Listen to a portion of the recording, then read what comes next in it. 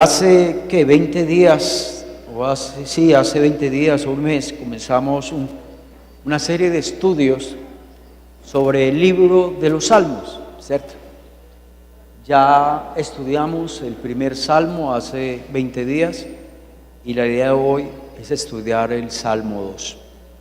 Vamos a leerlo desde el verso 1 hasta el verso 12, solo son 12 versículos, pero con 12 versículos nos vamos a entretener un buen rato. Salmos 2, versos del 1 en adelante. ¿Por qué se amotinan las gentes? ¿Por qué los pueblos piensan cosas vanas? Se levantarán los reyes de la tierra y príncipes consultarán unidos contra Jehová y contra su ungido, diciendo: rompamos sus ligaduras, echemos de nosotros sus cuerdas. El que mora en los cielos se reirá, el Señor se burlará de ellos. Luego hablará a ellos en su furor y los turbará con su ira. Pero yo he puesto mi rey sobre Sión, mi santo monte. Yo publicaré el decreto. Jehová me ha dicho: mi hijo eres tú, yo te engendré hoy.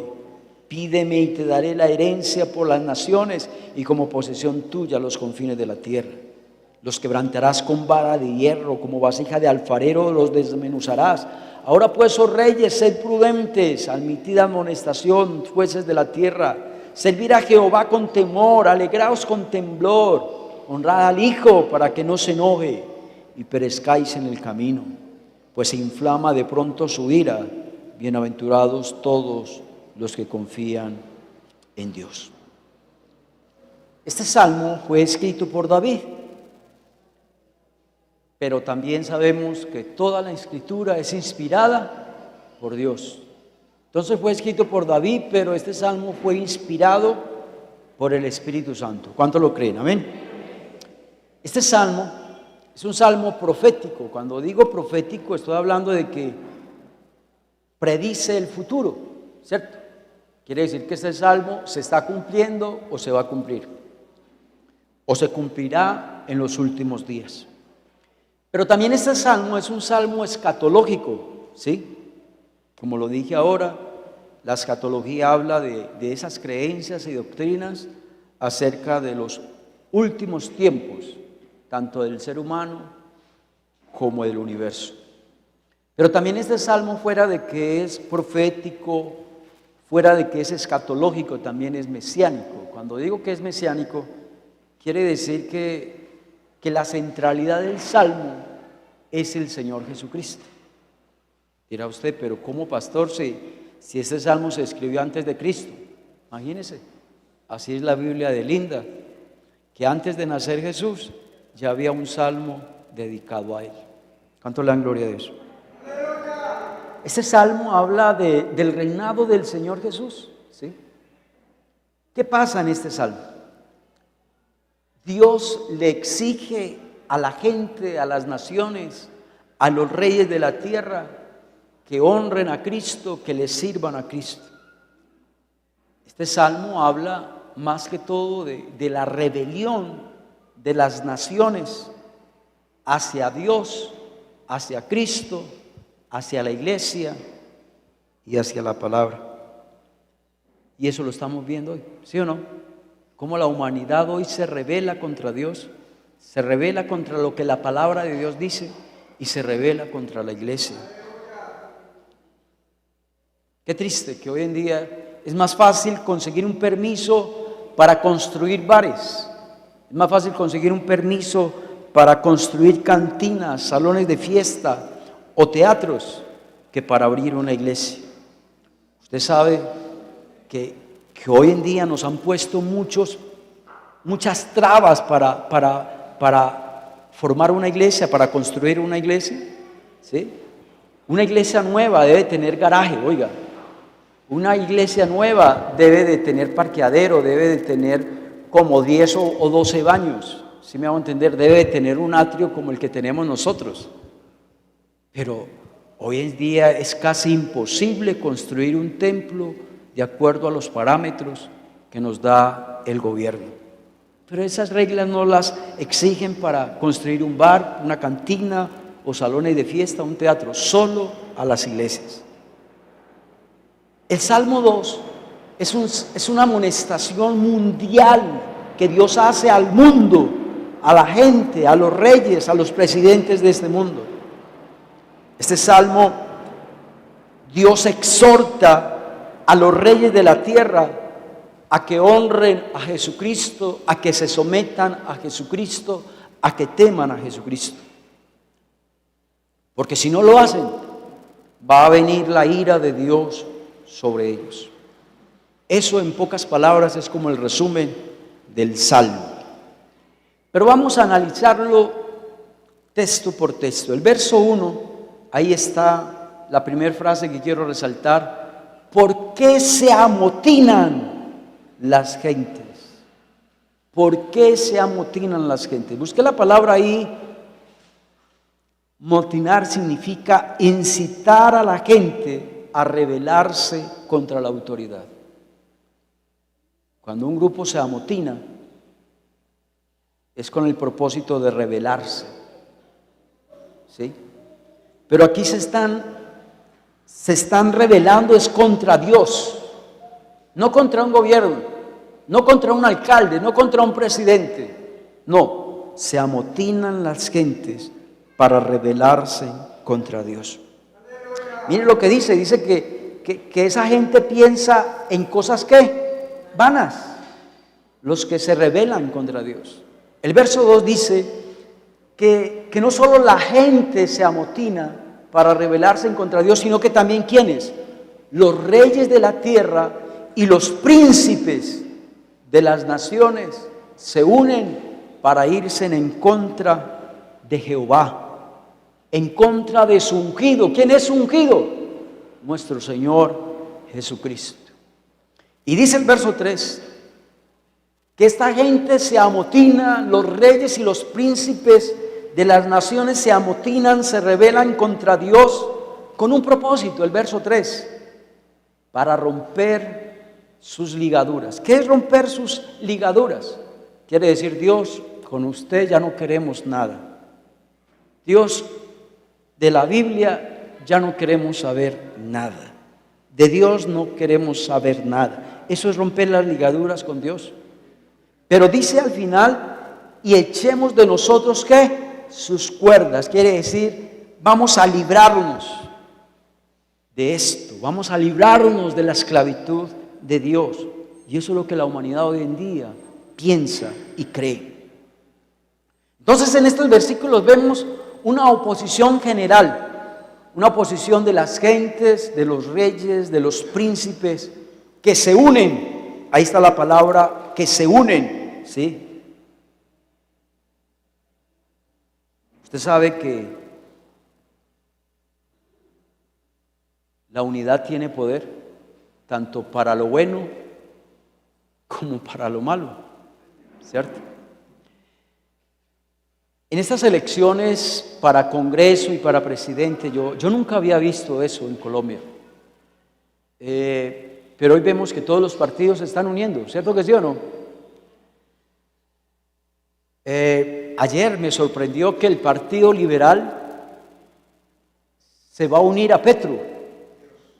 Dios Todopoderoso, eso no estaba nunca en mi mente, que un partido tan tradicional se una a la izquierda. Hoy en día la política está así. Vamos a comulgar hasta con el mismo diablo, pero la idea es ganar. ¿Sí me hago entender? Y eso es lo que está pasando acá en este texto, ¿no? Mire, verso 2, se levantarán los reyes de la tierra, los príncipes consultarán, ¿qué? Unidos, unidos.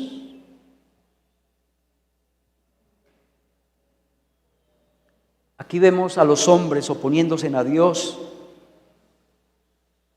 Aquí vemos a los hombres resistiéndose al gobierno de Dios. Rompamos sus ligaduras. Aquí vemos que el hombre y las naciones no quieren reconocer a Dios como Señor. La pregunta es, ¿por qué no quieren reconocer a Dios como su Señor? ¿Sabe por qué? Porque quieren hacer lo que les da la gana con su vida. Porque quieren tener libertad.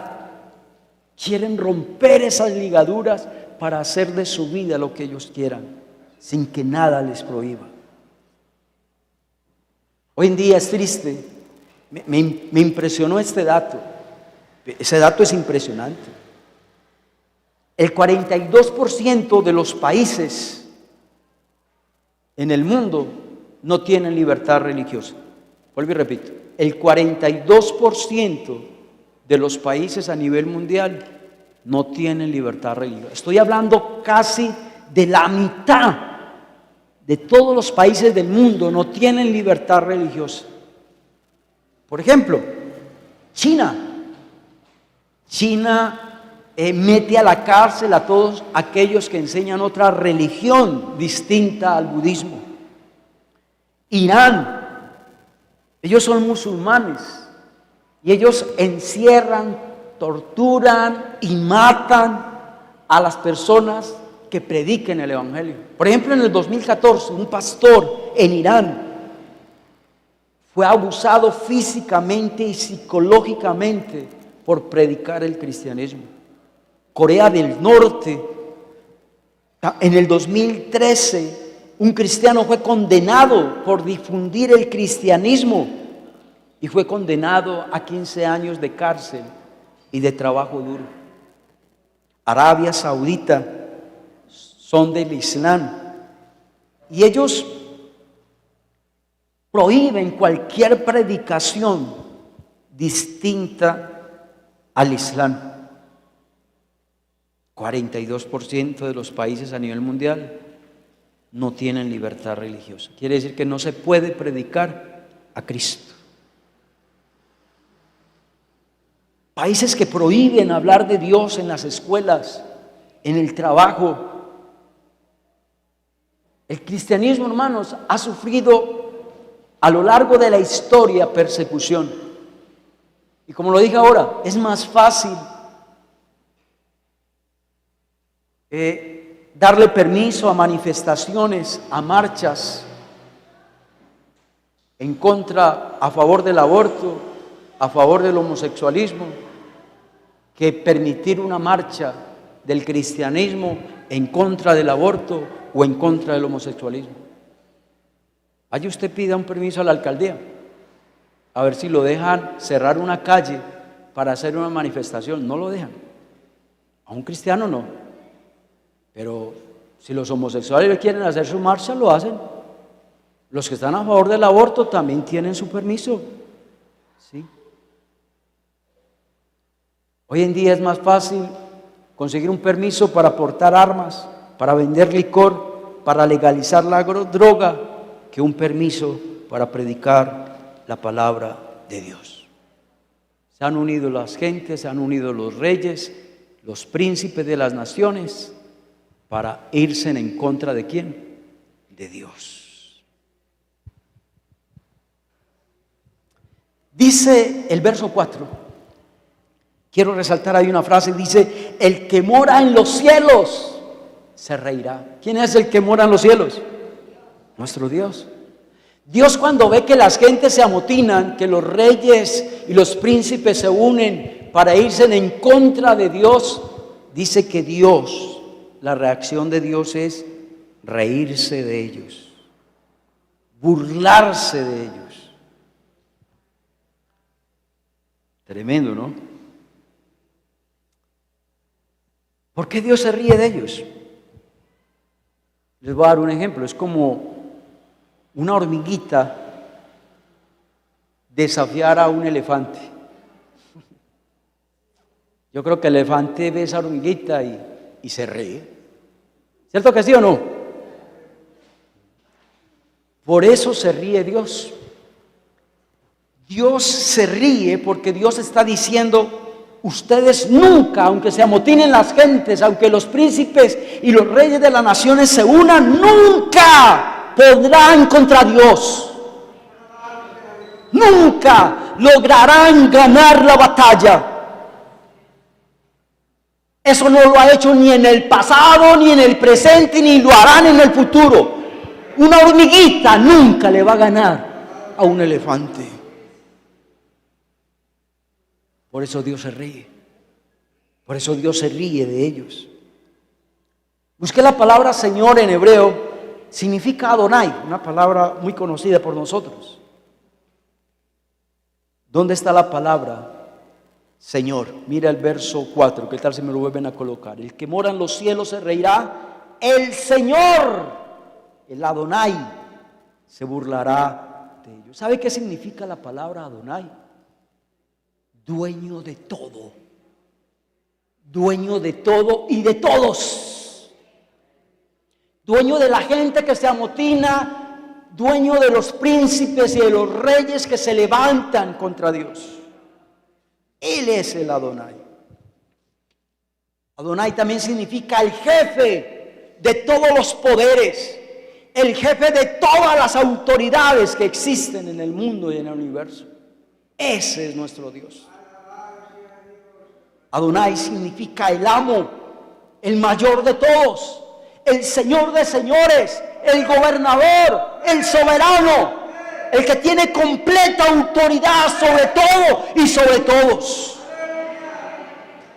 El Adonai es el único que se merece ser rey, ser el príncipe y el único digno de que lo honren, de que lo alaben, que le teman y que le glorifiquen.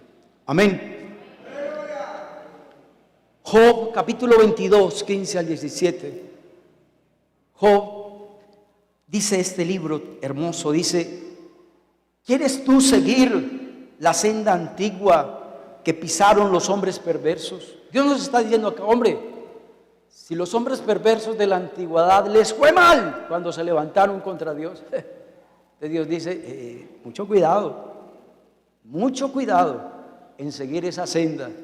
Y el verso 16 dice: los cuales fueron cortados antes de tiempo. Ya. Todo el que se rebeló contra Dios murieron muy pronto. Quiere decir que la vida de ellos es ¿qué? Corta. La vida de ellos es corta. Si Dios ve que una persona, un rey, un presidente está jodiendo la vida, para Dios no hay problema, ¿qué? Cortarlo. Amén, hermanos. Y dice el verso 16 que Dios hará que el fundamento de ellos sea como un río derramado. ¿Qué quiere decir eso? Que todo lo que ellos tienen va a venir un río crecido y va a destruir todo lo que ellos tengan. Eso es lo que está diciendo ese verso 16. Y el 17 dice: decían a Dios, apártate de nosotros. La gente perversa antigua decía: déjanos en paz, Dios. ¿Y qué dice Dios en el verso 17? Y ellos decían: ¿y qué les había hecho el omnipotente? Es decir, ellos creían que ellos podían hacer y deshacer y que Dios no los iba a castigar. ¡Mentira! Nadie que haga lo malo va a prosperar. Nadie que haga lo malo se va a salir con la suya. Tarde que temprano, si hoy no vemos que Dios recompensa, más tarde el Señor les dará su recompensa. Porque ese texto se cumple en la Biblia, que todo lo que el hombre sembrare, eso también segará. ¿Usted no se ha hecho esta pregunta? ¿Por qué la gente perversa hace tantas cosas perversas y uno no ve como que el juicio de Dios sobre ellos? Y uno ve como que Dios no hace nada. Uno cree como que Dios es ciego o sordo. No creamos eso. ¿Sabe por qué Dios no castiga al perverso? Porque Dios ama al perverso. Porque Dios no quiere la muerte del pecador, sino que Dios quiere que el pecador se arrepienta, que el pecador le tema a Dios, que lo reconozca como el Señor, como el Adonai de su vida.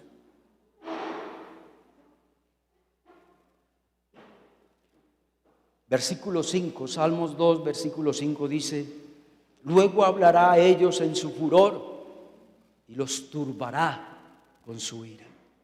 ¿Qué le va a pasar a aquellas personas que se amotinan y los reyes y príncipes que se levantan contra Dios. En el verso 5 dice que Dios en su furor, ¿sabe qué es furor? Ira, castigo. Y dice, y los turbará. ¿Sabe qué es la palabra turbar? Asustar con su ira. Hay personas que no se asustan con la ira de Dios, ni con el furor de Dios. ¿Usted sabía que en el Antiguo Testamento, cuando Dios hablaba, infundía temor? ¿Se acuerdan cuando Moisés fue al monte a recibir las tablas de la ley? ¿Se acuerdan? ¿Se acuerdan cuando Moisés bajó, cuando el monte temblaba? La gente temía, la gente se asustaba cuando Dios actuaba. Y ese versículo 5, Dios lo va a hacer cumplir. Amén, hermanos. Luego Dios hablará con su furor y Dios los turbará, los asustará con su ira. El verso 6 y el 7 dice, pero yo he puesto mi rey sobre Sión. Dígame quién es mi rey. Nuestro Señor Jesucristo. Jesucristo es el Rey de reyes y Señor de señores. ¿Quién lo colocó? Nuestro Padre Celestial le dio ese título de Rey de reyes y Señor de señores. Y allí en Mateo 28 dice, y ante Él se doblará toda rodilla, toda rodilla. Dios lo ha puesto como Rey. Y dice el verso 7, yo publicaré el decreto, dice Dios. Jehová me ha dicho, mi hijo eres tú. Yo te engendré hoy. ¿Quién es el Hijo de Dios? Nuestro Señor Jesucristo.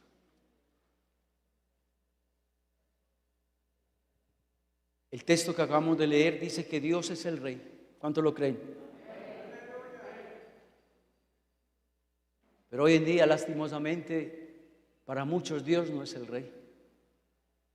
El Rey de muchos es el alcohol, las drogas, el fuego de azar, el pecado, el placer, el dinero. Donde Cristo fuera nuestro Rey, entonces le honraríamos, le obedeceríamos, le temeríamos. Dedicaríamos nuestra vida a honrarle, a glorificarle. Le dedicaríamos más tiempo porque Él es nuestro Dios y nuestro Rey. Si Dios fuera nuestro Rey, entonces Él sería nuestro amo y nosotros sus esclavos para obedecerle. Pero el verso 8 me llama la atención. Pídeme y te daré por herencia, ¿qué? Las naciones, y como posesión tuya los confines de la tierra. ¿De quién son las naciones? ¿De quién son? De Dios. Las naciones no son de los presidentes que se creen dueños de un país. No. ¿Quién es el dueño de las naciones? Dios. Y Él como dueño quita y pone reyes. Amén, hermanos. Y me llama la atención al final del texto. Dice, hasta los confines de la tierra, es decir, hasta el último rincón del mundo le pertenece a Dios. Hasta el último rincón del mundo le pertenece a Dios. Para que los reyes de este mundo se crean muy, sabiendo que no son. El dueño es Dios.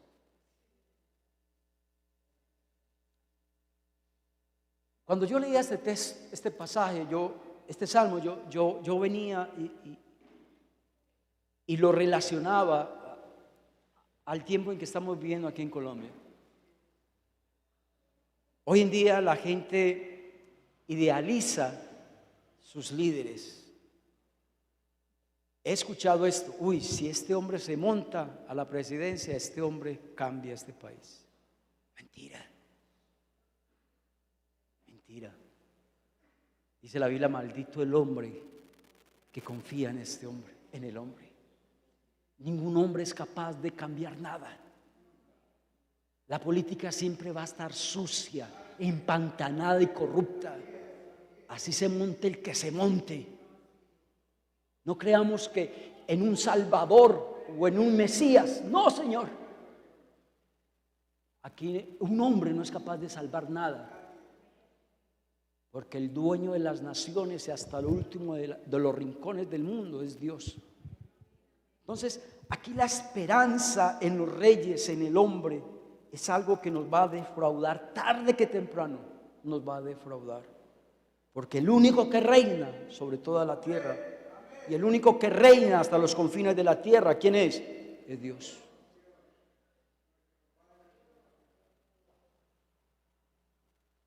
Esto no quiere decir que no tengamos que votar, sí tenemos que votar. Pero tenemos que votar a conciencia, no porque otro me dijo que votara por este. No, porque usted estudió los candidatos y usted le pareció bien a este. Estudiar los candidatos. Hoy en día, lastimosamente, no hacemos eso. Aún antes, muchos antes de votar, antes hacen la caricello, ¿no? Cara por este, vocellos por este. Qué vergüenza. Así no debemos de votar. Vámonos al verso 9 del Salmo. Quiero resaltar una frase ahí, dice: los quebrantarás con vara de hierro, y como vasijas de alfarero los vas a desmenuzar. Coja usted una barra de hierro y dele a una vasija de barro, a ver qué le pasa. ¿Qué le pasa? No vuelve nada. ¿Sabe? Por eso Dios se ríe y se burla de ellos, porque Dios con algo pequeñito los acaba. Con un soplo los destruye. ¿A quiénes? A la gente que se amotina para rebelarse contra Dios, a los reyes y a los príncipes que se rebelan contra Dios. Dios los quebrará como barra de hierro y como vasija de alfarero los desmenuzará. Verso 10. Ahora pues, oh reyes, ya. Mira cómo Dios le advierte a los reyes de esta tierra. Usted sabe que estamos en guerra, ¿no? Dios le está diciendo al presidente de Rusia, ¿qué le está diciendo? Sé prudente. Dios, ¿qué le está diciendo al presidente de Estados Unidos? Sé prudente. Dios, ¿qué le está diciendo al presidente de la China? Sé prudente. ¿Y qué es ser prudente? Actuar con sabiduría. Que si vamos a hacer algo, que lo piense bien, las consecuencias que puede traer. Y dice, admitir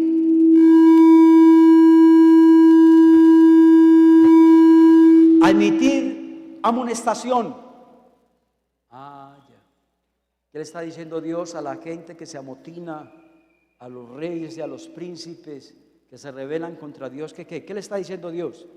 Que acepten ¿qué? La amonestación de Dios.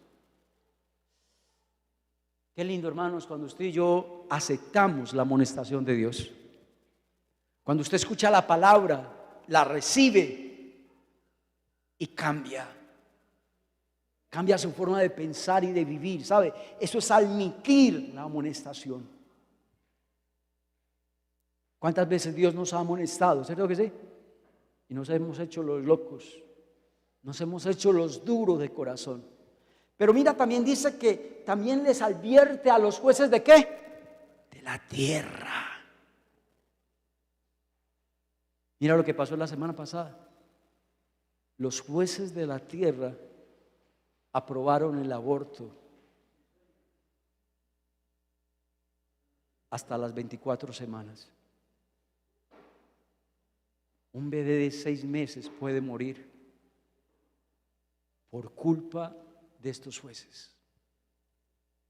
Entonces Dios también le está diciendo a los jueces de la tierra que tengan prudencia, porque se están metiendo con el Adonai, con el Señor de señores, con el soberano. Verso 11.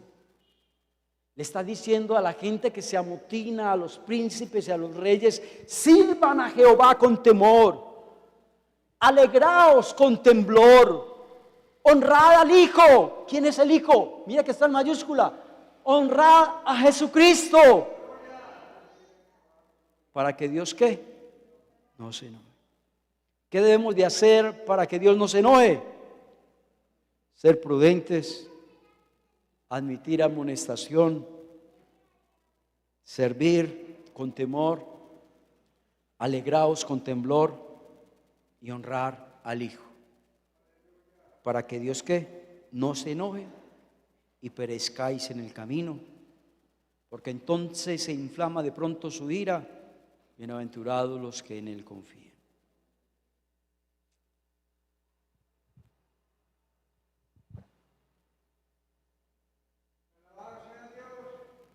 Hermanos, este estudio para mí fue de gran bendición, porque es muy contemporáneo, es muy a lo que estamos viviendo hoy en día, ¿no?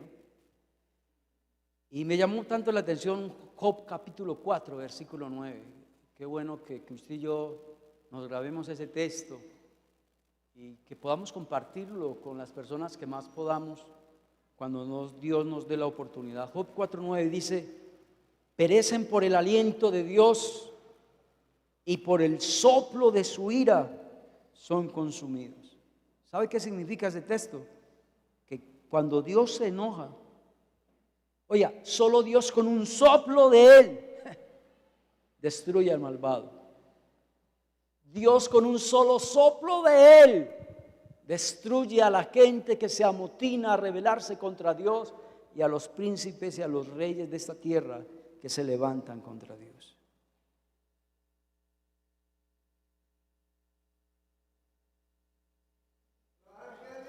Es tan importante predicar esta palabra, hermanos. ¿Cuánto uno anhela como pastor que muchas personas lleguen a los pies de Cristo? Que muchas personas escuchen este mensaje de la palabra. Salmo 96, verso del 1 al 3, el salmista sabía eso. Dice: cantad a Jehová cántico nuevo, cantad a Jehová toda la tierra, cantad, bendecid su nombre. Dice: anunciad de día en día ¿qué? La salvación. Proclamad entre las naciones su gloria. Proclamad entre todos los pueblos sus maravillas. Dios nos mandó a eso, a anunciar de día en día la palabra. De decirle a la gente que Dios es grande, que Dios es poderoso, que Dios es maravilloso, que Dios es milagroso. Dios nos mandó a eso. Dios nos mandó a eso.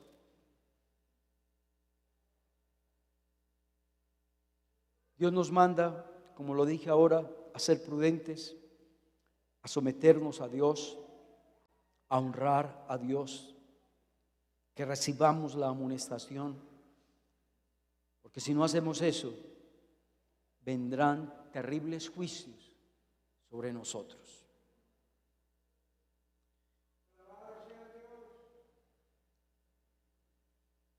Y quiero leer, ya para ir terminando, el verso 12. Mira, subrayé ahí una palabra: honrad, honrad. ¿Honrad a quién? Al Hijo. ¿Sabe qué es honrar? Honrar significa venerar, mostrar respeto. Honrar significa apreciar. Honrar significa dar valor. Honrar significa reconocimiento. Y eso es lo que tenemos que hacer con Dios: venerarlo, mostrarle respeto, apreciarlo, darle el valor que se merece y darle el reconocimiento que Él se merece. Dios quiere que honremos al Hijo, porque si no lo honramos, va a venir juicio de Dios sobre nosotros. Tal vez hoy alguien quiere entregar su vida al Señor. Tal vez hoy tú te quieres reconciliar con Dios, porque has entendido el mensaje de la palabra. Pues yo te animo a que lo hagas hoy. Pero antes de hacerlo, yo quiero leer Job 36 y con estos dos textos termino. Job 36, versos 10 y 11. Despierta además el oído de ellos para la corrección, y Dios les dice que se conviertan de la iniquidad, y si oyeren y les sirvieren, mira lo que dice al final del texto: acabarán sus días en bienestar y sus años en dicha. ¿Cuántos quieren terminar sus días en bienestar y terminar sus años en dicha? Amén. Si usted y yo honramos a Dios, nos sometemos a Él, vamos a gozar de la dicha y de la felicidad por el resto de nuestras vidas. ¿Qué tal ahí donde estás? Inclina tu rostro y vamos a orar. Si Dios te ha hablado en esta noche, si has entendido el mensaje, la palabra en esta noche, si estás convencido de que Dios te habló hoy, quiero que repitas conmigo esta oración. Dile: Señor, reconozco que mi vida no es como tú deseas. Reconozco que me he desviado de tus propósitos. Reconozco que he sido rebelde a tu palabra y no he escuchado tu voz. Te necesito, Señor, en mi vida diaria. Te pido, Señor, que perdones todos mis pecados.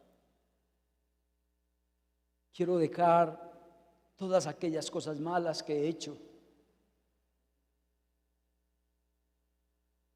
Creo que Dios es mi único camino, mi única verdad. Y reconozco que nadie va al Padre si no es a través de nuestro Señor Jesucristo. Señor, te invito, dile eso al Señor. Señor, te invito a que entres a mi vida hoy. Quiero seguirte, quiero buscarte, quiero apartarme de todo pecado, quiero apartarme de todo aquello que te ofende, de todo aquello que daña mi relación contigo. Quiero que me inscribas en el libro de la vida y que nunca me borres de ese libro de la vida. Y ayúdame, oh Dios, a vivir esa vida cristiana que tú quieres que yo viva. Muchas gracias, Dios. Amén.